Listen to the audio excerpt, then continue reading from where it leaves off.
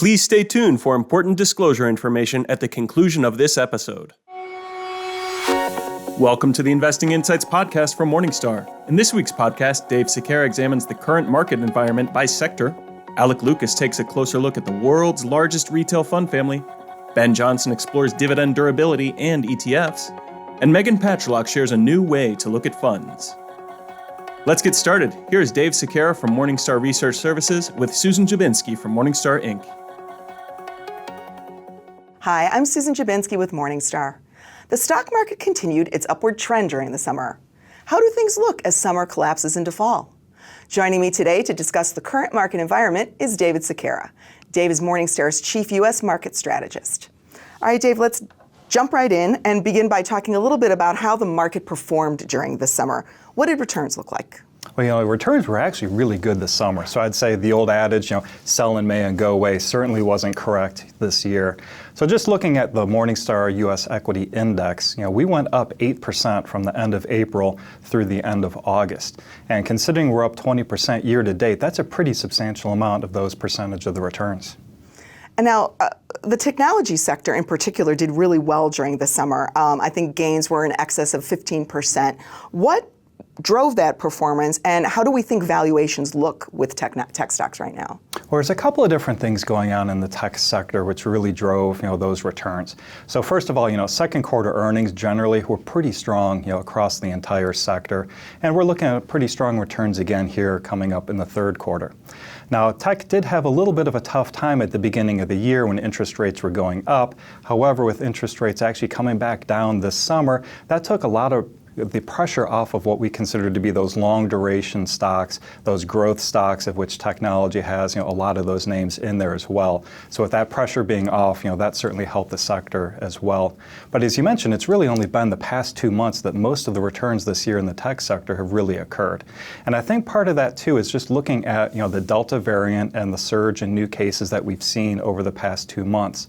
So I think a lot of investors are taking out that 2020 playbook and reinstituting that a little bit where they've probably been scaling back in some of those names which could be harmed if we continue to have more cases coming up. Again, those typical names being in like restaurants, retail, hospitality type names, and then reinvesting those proceeds back into the technology sector. Again, the sector did very well last year during the pandemic. And then how do valuations look in general with technology and sort of across the board? What do we think? Is the market overvalued today? Yeah, in the technology sector specifically, we do think that there is a little bit of overvaluation there. And to some degree, I think it's just that investors are looking at those strong earnings in the second quarter and the third quarter and probably over-extrapolating that strength too far into the future. Now, having said that, there are certainly still names that we do think are undervalued in the technology sector. Two that I would recommend investors to take a look at would be Intel and Salesforce. And then how about the broad market overall? Where do we think valuation is there? Overpriced? So based on a composite of all the fundamental analysis and the equity research from our equity analyst team, putting that together, we do think the market is probably about 5 to 7% overvalued at this point in time. Now, having said that, it's not like we necessarily think that there's going to be like a market correction coming up this fall, but I would say that investors should probably temper their expectations for what returns might look like in the broad market over the next 6 to 12 months. So now, Dave, real estate stocks had a really good run over the summer, but we think as a group that they're overvalued right now. What's going on there? That's correct. We do think that real estate has run up too far too fast here. But having said that, there are pockets of undervaluation that we do see in the real estate market. So a couple of the reasons I think real estate ran up is one, interest rates, did come down a bit this summer. And again, interest rates are, very much, a big part of how you do valuation in the real estate market. So as, investors have been looking at cap rates, which are your underlying interest rates, plus a spread for the risk in the real estate market, as those came down, those prices have been running up. Now, in addition to that, in the real estate market, oftentimes investors look at that as being a good long-term inflation hedge, just because, as inflation goes up, you're able to push through, higher prices, on your tenants over time. So I think the combination of those two things has helped, push that sector higher. Now, there are still some names there we do think are undervalued that have lagged the overall real estate sector. And of course, those are going to be the names that are going to be most impacted by kind of the resurgence in the pandemic we've seen over the past 2 months. So in more like the retail, restaurants, hospitality space, one name there that we think is undervalued would be Macerich, which has a lot of Class A malls in its portfolios. Another one in the hotel space that we would look at is going to be Park Hotels. And then finally, another one that is interesting would be Vornado. So Vornado actually has a real estate portfolio of high quality office space in New York, which still is in its recovery stage. Now, another area that we think is overvalued is basic materials, but basic materials stocks in general didn't have that great of a summer. Let's talk a little bit about that group. Yeah, the basic materials sector actually really outperformed earlier in this year. And I think a lot of that was that it was just in conjunction with all the infrastructure spending that they're talking about in Washington, D.C., the American Jobs Act, which I think had over $2 trillion worth of infrastructure spending in there. And so we saw a lot of interest in that basic materials space. And also just as an inflation hedge, again, in the basic materials space, specifically commodities, do hold up over time in an inflationary environment. So again, while we're not necessarily concerned about inflation lasting, past this year, we expect it probably goes down towards, a 2%, long-term run rate, after this, short-term bump that we've seen. Again, a lot of investors that are concerned about inflation being, persistent and lasting longer have certainly moved into that space as well. So really where we see undervaluation in the basic material space are going to be in those names that actually aren't leveraged to infrastructure, because again, those names have already ran up earlier this year. Two there that I'm interested in and recommend investors to take a look at would be Compass Mineral Holdings as well as Air Products. And now we'll look at the opposite side of things with sectors. Let's look at a couple that we think are in general undervalued. The first of which is energy. We still think that area is undervalued. Yeah, so energy, was just punished in 2020. Again, with the shutdowns, the demand decrease in travel, energy prices in and themselves, went down. In fact, I remember when oil hit like a negative price last year, which certainly has never, happened before. And generally, the energy sector, has certainly recovered. But at this point, we still think that energy is probably the most undervalued sector of all the different sectors that we cover. So we do still see a lot of upside potential for investors. Now here in the short term, they have pulled back this summer, and again, that's going to be in correlation with the pandemic, and that cases coming back. But again, for long-term investors, even if we do see maybe some more shutdowns, maybe a decrease in demand for travel, we still think there's enough margin of safety in the sector and in most of those names that investors should take a look there. Again, two names there that I would recommend taking a look at would be Exxon as well as ConocoPhillips. And then lastly, the communication services sector looks undervalued, but there's a caveat there, right? There is. So in the communications sector, the two names there, you have Alphabet, which makes up 30% of our index, is certainly going to skew kind of the market capitalization weighted average of the entire sector. And so Alphabet, we believe it's trading probably about 10% below our fair value estimate at this point in time. And then Facebook, that also makes up another 15% of the weight of the index. Facebook is probably trading somewhere around 8% below our fair value. So between those two names, that certainly skews the overall market valuation. And however, I'd say those are both names that I think investors should take a look at today. Having said that, there are a couple of other names in there, kind of more in the traditional communication side. AT&T would be one that we think is undervalued today. And then in more of the communication/media area, we'd recommend investors taking a look at Viacom CBS. Well, Dave, thank you so much for your time today and for this sector perspective. And of course, everyone always appreciates a few stock ideas too. Thank you. All right, thank you. I'm Susan Jabinski with Morningstar. Thanks for tuning in. Expand your investing horizons and look to the long term with Morningstar's podcast, The Long View. Join hosts Christine Benz and Jeff Patak as they talk to influential leaders in investing, advice, and personal finance. Search for and subscribe to The Long View today. Now, Alec Lucas from Morningstar Research Services does a deep dive on Vanguard. Hi, I'm Susan Jabinski with Morningstar. Vanguard is the world's largest retail fund family. But how can this one-time disruptor keep from becoming the disrupted? Joining me today to discuss where Vanguard is headed is Alec Lucas. Alec is a strategist with Morningstar's Manager Research Group. Thanks for being here today, Alec. Thanks for having me. Now, you recently wrote an article for Morningstar.com that did a deep dive into Vanguard, and you point out that Vanguard does face significant competition. Who do you think is the biggest competitor today? Yeah, it's a great question. Vanguard definitely faces competition from a price standpoint from some of the industry's biggest players. So think Fidelity, BlackRock, Schwab.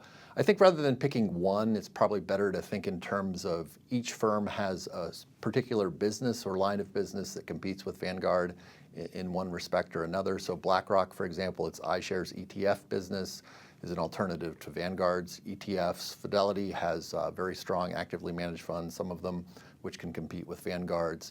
And then with Schwab, you've got a brokerage platform that in some cases has options that are not available on Vanguard's brokerage platform. And in other cases, will have an option with a lower investment minimum than the same one on Vanguard's platform. Now, but Vanguard is, of course, not, sitting on its laurels. It's, pursuing some different initiatives that, again, you talked about in this article, in an attempt to really transform itself and the industry. And one of those initiatives is to make advice more accessible. What exactly does that mean, and what are they doing?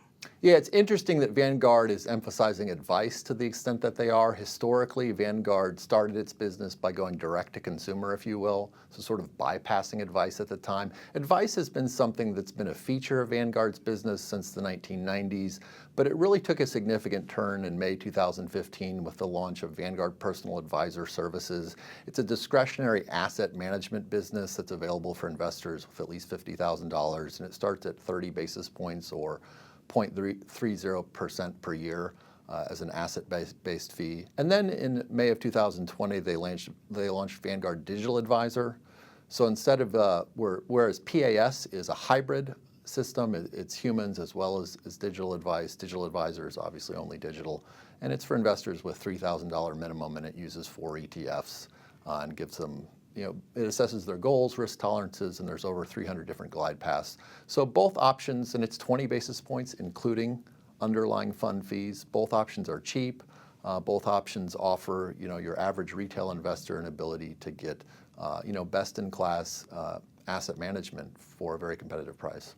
Now, you did point out in your article that there's a little bit of a wrinkle that Vanguard's asset-based fees, the model there, can be costly for some investors. Who would those investors be? It'd be very high net worth clients. So as a reminder, a 30 basis point fee works out to $30 for every $10,000 invested. And if you have $25 million or more, that asset-based fee drops to 5 basis points or 0.05% for every $10,000 invested. So you're only paying $5 per $10,000 invested. But if you have a lot of money, that can still add up. So an account that has $100 million at Vanguard, you would pay $77,500 in fees per year. And if you don't need an overhaul every year, it stands to reason that maybe you shouldn't be paying a salary's worth of fees to Vanguard, if you will. And so they stop short of offering flexible pricing models. I think that would be complicated for them to do, and that's one reason perhaps they didn't do it. But definitely if they were to introduce flexible pricing models, that would be a help and a service to investors who are very high net worth. Now, another initiative that Vanguard's pursuing is investing more in its active equity business, which again seems a little ironic from Vanguard. And just in fact, about a week ago in late August, they announced that they are launching 3 new active equity funds via the Personal Advisor Service. Why strategically is investing in active important to Vanguard? Yeah, it's become increasingly important because as Vanguard really has become known for indexing. It started off with an active managed business that's less well known, but as it's had such tremendous success with indexing, index products, broad market exposure has somewhat become a commodity. Fidelity, BlackRock, Schwab all have offerings that either match or undercut Vanguard on fees for broad market exposure. And so as that's increasingly become the case, a standout active lineup can become an important differentiator. And Vanguard historically has done a lot of its actively managed funds combine multiple sub-advisors. They have different styles.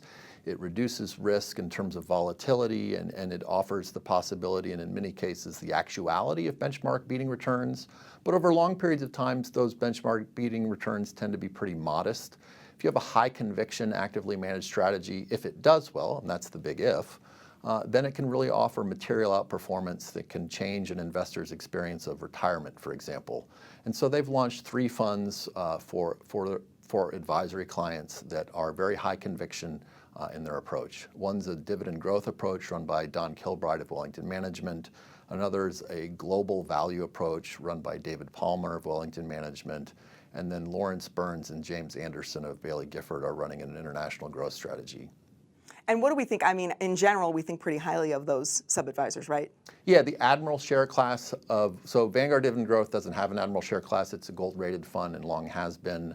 And the Admiral share classes of Vanguard International Growth and Vanguard Windsor are both silver-rated by us. So we think highly of all 3 managers. Don Kilbride, for example, has run a version of the concentrated strategy that he'll be running in this new fund. He's run that since early 2008, and it's had excellent results. Yeah. And it's very concentrated. His normal Vanguard Dividend Growth strategy has about 50 stocks in its portfolio. This new one will have about 25. So he has to pick well, and historically he's done that, but he's rewarded investors for that added risk. And the third initiative that Vanguard's pursuing is democratizing private equity. What are the pros and cons in general of private equity investing? Yeah, the big pro is that you can, even after significant fees, get market-beating returns over long periods of time, and it's returns that aren't tightly correlated with the public equity market. The con, of course, is there's a wider range of outcomes, so you can lose money. And even if you make money, your capital is tied up for long periods of times. And so that's the big con. It tends to be that you have to be a very high net worth individual, a qualified investor is the lingo, to access private equity. But Vanguard, in sort of rolling out private equity, has a goal eventually to perhaps introduce it to target date funds and make it more readily accessible. And there's challenges to that. There's a lot of capacity constraints in the private equity world that would make it difficult to roll it out more broadly, but Vanguard's certainly thinking about doing that. And what are some of the things that you think Vanguard's doing right when it comes to private equity right now? So they've partnered with a proven fund of funds manager in HarborVest, so you're getting about as much diversification in private equities as you can. They're rolling it out slowly. The allocation to clients is being rolled out slowly, so that even if it turns out we're at a private equity top right now, the investors won't be fully allocated in that respect for several years now. So they'll be gradually buying in. They're taking a long-term horizon, as they do with all their investing. And they've structured the partnership so that it doesn't become really economically beneficial to HarborVest until they hit an 8% hurdle rate. So investors they're not guaranteed an 8% return, but certainly HarborVest is incentivized to produce results at that level, if not higher. And then on the flip side, what could use some improving? I think that they could be more careful in some of the promoting of private equity that they've done. You know, they compare, the basic comparison they've made is the ability of private equity over a long period of time to beat global equities by 350 basis points or 3.5 percentage points a year. But they're comparing private equity to something like the MSCI ACWI benchmark, that's mid and large cap global stocks. The reality is that historically, at least, private equity has been dominated in biotech and technology-related companies, especially in North America. And so if you compare those results to, say, for example, PrimeCap, which is a manager Vanguard knows well, they've historically invested pretty significantly in biotech and tech, doing so through public equities. You know, the results are less impressive. So I think they could be more careful in their comparisons they're giving, because there are challenges to investing in private equity, even as responsible as Vanguard is doing it. And then lastly, Alec, how likely do you think that these initiatives are going to help Vanguard sort of fortify and maintain its position in the industry? I would say highly likely. I mean, it's hard to envision a future in which Vanguard isn't a major player in the asset management industry, and hard to envision a future in which they're not a leader. I think if you think about Vanguard, the biggest threat to Vanguard is Vanguard itself. You know, they face the challenge of maintaining their investor-first culture, and if they can do that, they can continue to serve investors well for a very long time. Well, Alec, thank you so much for your perspective on this very well-liked and respectable fund firm. We appreciate your time. Thank you. I'm Susan Jabinski from Morningstar. Thank you for tuning in. Next, Ben Johnson from Morningstar Research Services discusses durable dividend funds. Hi, I'm Susan Jabinski with Morningstar. In today's low-rate environment, dividend-paying stocks remain attractive options to many income seekers. Morningstar's Global Director of ETF Research, Ben Johnson, took a deep dive into the topic of dividend durability and ETFs investing in dividend-paying stocks in a recent issue of Morningstar ETF Investor. He's here today to talk about that research. Hi, Ben. Thank you for being here. Hi, Susan. Thanks for having me. So let's start out by talking about what makes a stock's dividend durable. Well, ultimately, durable dividends are rooted in durable franchises. When you look at stocks that pay regular dividends that have grown them over time, these tend to be more stable, more mature businesses that benefit from what we at Morningstar would call a wide or a narrow economic moat. So they're highly cash generative. As they've grown into maturity, they have fewer reinvestment needs. So they're plowing less of that cash back into the business.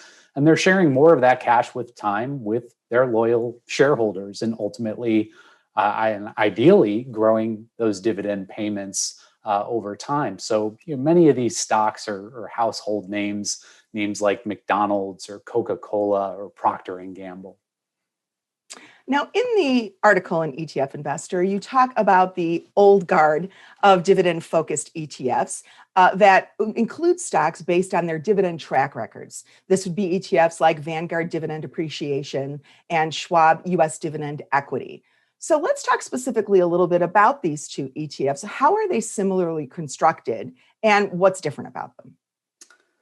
Well, at face value, VIG, the Vanguard Dividend Appreciation ETF, and SCHD, the Schwab ETF, are more similar than they are different. So specifically, when it comes to selecting stocks that they'll include in their portfolios, they're looking for a track record of paying dividends, at least 10 years in the case of both of these funds.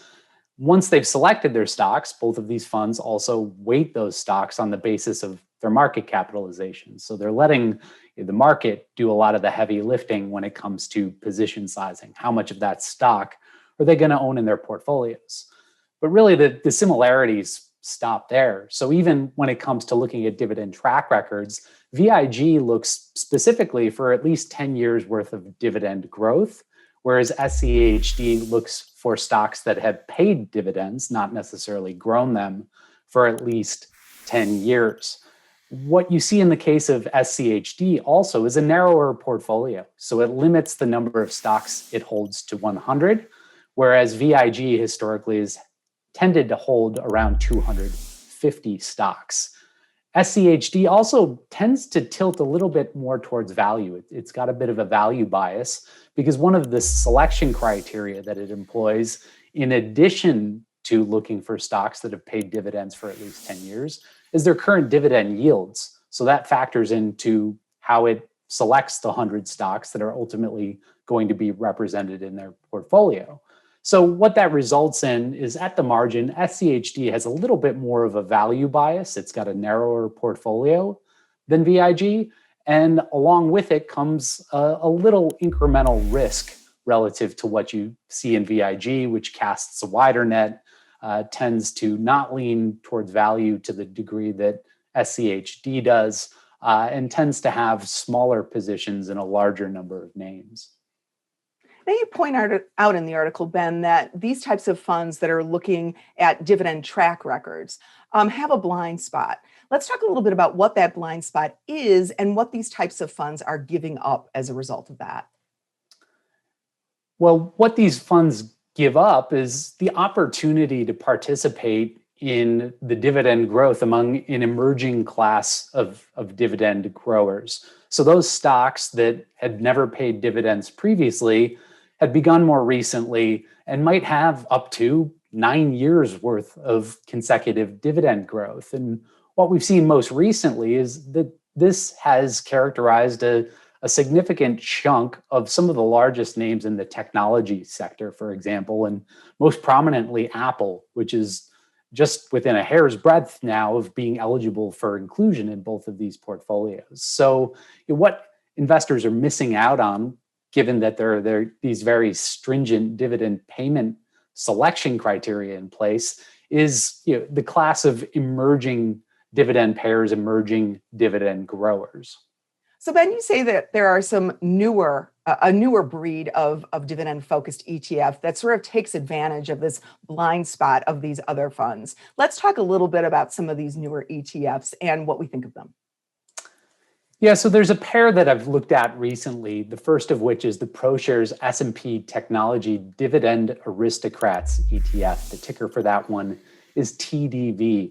And that portfolio really lands pretty squarely in the blind spot of VIG and of SCHD. So it's looking for dividend pairs specifically within the tech sector. It's got a less stringent dividend payment requirement and sweeps in some of those names that are otherwise absent from the dividend old guard, as we've described it.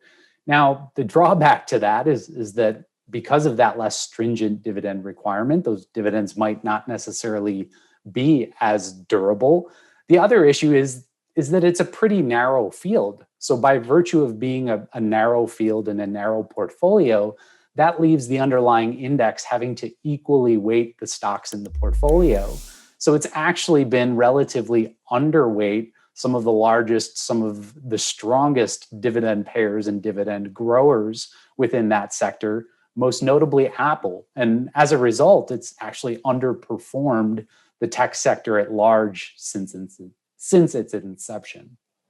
So the second ETF that I've looked at that attempts to address this drawback, this blind spot of the dividend old guard is the Victory Shares Dividend Accelerator ETF. The ticker for that one is VSVA. And no different than TDV, what is in place in the case of this fund's index methodology is a less stringent dividend requirement. So a dividend requirement that's half that required by VIG or SCHD. So specifically, this portfolio allows for the inclusion of stocks that have paid or grown dividends for just 5 years. That said, what we see is that the actual allocation to these names within the portfolio is quite small and quite small by design. So while it attempts to address this blind spot, it really is just tipping its hat in the direction towards this category of emerging dividend growers, as opposed to going all in on them or owning them in a larger portion of the portfolio than might be desirable for an investor that's truly looking to address what, again, is in many cases a significant blind spot in the more stringent portfolios like those offered by VIG and SCHD. So at the end of the day, Ben, is one option better for income seekers than another? Should they stick with the old guard or go with the new guard? Ultimately, I think income seekers should be focused on durability and dividend growth, especially in the context of the current low yield and increasing inflation environment.